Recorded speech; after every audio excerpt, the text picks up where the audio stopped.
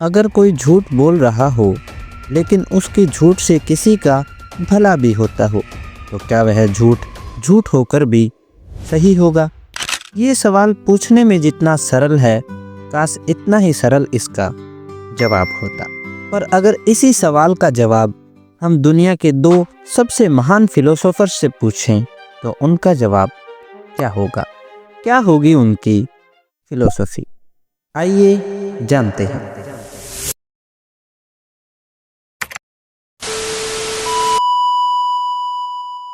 सबसे पहले जानते हैं कि ओशो की दृष्टि से इस सवाल का जवाब क्या होगा। देखिए, ओशो की दृष्टि से इस सवाल का जवाब सरल और सीधा तो बिल्कुल नहीं होगा, क्योंकि वे किसी भी चीज़ को नैतिकता या अनैतिकता के दायरे में नहीं बांधते। वे चीज़ों को गहराई से देखते हैं और इस बात पर जोर देते हैं कि हर स्थिति अलग होती है और सत्य को किसी भी नियम से नहीं बांधा जा सकता। ओशो का दृष्टिकोण कहेगा कि सच और झूठ निश्चित नहीं होते, वे परिस्थितियों के अनुसार बदलते हैं। अगर कोई झूठ किसी की भलाई कर रहा है तो इसे झूठ कहकर भी नकारा नहीं जा सकता। ओशो के अनुसार अगर तुम्हारा झूठ करुणा और प्रेम से भरा है तो वह झूठ भी अपने आप में एक उच्चतर सत्य हो सकता है। पर अगर तुम्हारा सच किसी को चोट पहुंचा रहा है तो वह सच होकर भी हिंसा है। महत्वपूर्ण यह नहीं कि तुम झूठ बोल रहे हो या फिर सच, बल्कि महत्वपूर्ण तो ये है कि तुम क्यों बोल रहे हो। ओशो मानते हैं कि नैतिकता एक थोपी हुई चीज़ है। कोई झूठ अगर प्रेम समझकर करुणा से कहा गया है तो वह बुरा नहीं, लेकिन वहीं अगर कोई सत्य भी क्रूरता, अहंकार या किसी दूसरे को चोट पहुंचाने के लिए बोला जाए तो वह सत्य होकर भी अनैतिक होगा। अब बात को और भी गहराई से समझाने के लिए ओशो अपना तर्क पेश करेंगे और समझाने की पूरी कोशिश करेंगे कि अगर कोई हत्यारा किसी व्यक्ति को मारने आ रहा हो और तुमसे पूछे कि वो आदमी कहाँ है, अगर तुम सच बोलकर बता दो और वह उसे मार दे तो क्या यह सही होगा? और अगर तुम झूठ बोलकर उसकी जान बचा लो तो क्या वह झूठ गलत होगा? इसका निर्णय आप खुद कमेंट बॉक्स में बताएं। ओशो कहते हैं कि यहाँ करुणा और बुद्धिमत्ता से लिया गया निर्णय ही सत्य है, न कि सिर्फ शब्दों के आधार पर लिया गया निर्णय।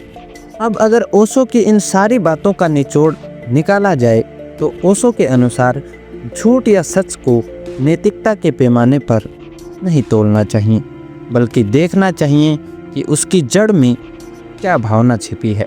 अगर झूठ से प्रेम, करुणा और समझ का संचार होता हो तो वह झूठ भी सत्य से ऊंचा हो सकता है।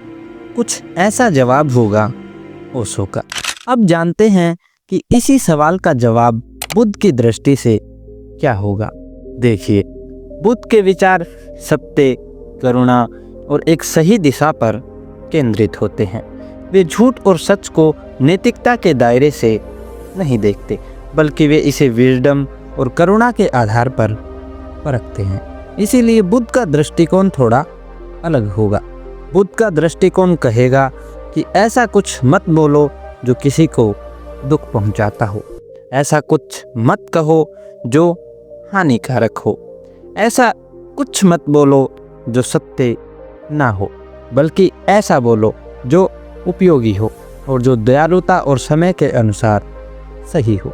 मतलब बुद्ध कहेंगे कि झूठ बोलना गलत है, लेकिन अगर सच किसी को दुख या हानि पहुंचा रहा हो तो मौन रहना या फिर बुद्धिमानी से जवाब देना बेहतर होगा। क्योंकि बुद्ध सत्य को बहुत महत्व देते हैं, लेकिन वे यह भी कहते हैं कि सत्य क्रूर नहीं होना चाहिए।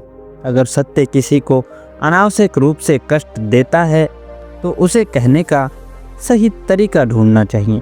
और यदि झूठ का उद्देश्य करुणा और अहिंसा से भरा है तो यह नैतिक रूप से गलत नहीं है, लेकिन इसे आदत नहीं बनाना चाहिए। चलिए अब बुद्ध का एक उदाहरण देखते हैं। जब उंगलीमाल बुद्ध को मारने दौड़ा तो बुद्ध रुके नहीं और उससे कहा, मैं रुका हुआ हूँ, लेकिन तुम रुके नहीं हो।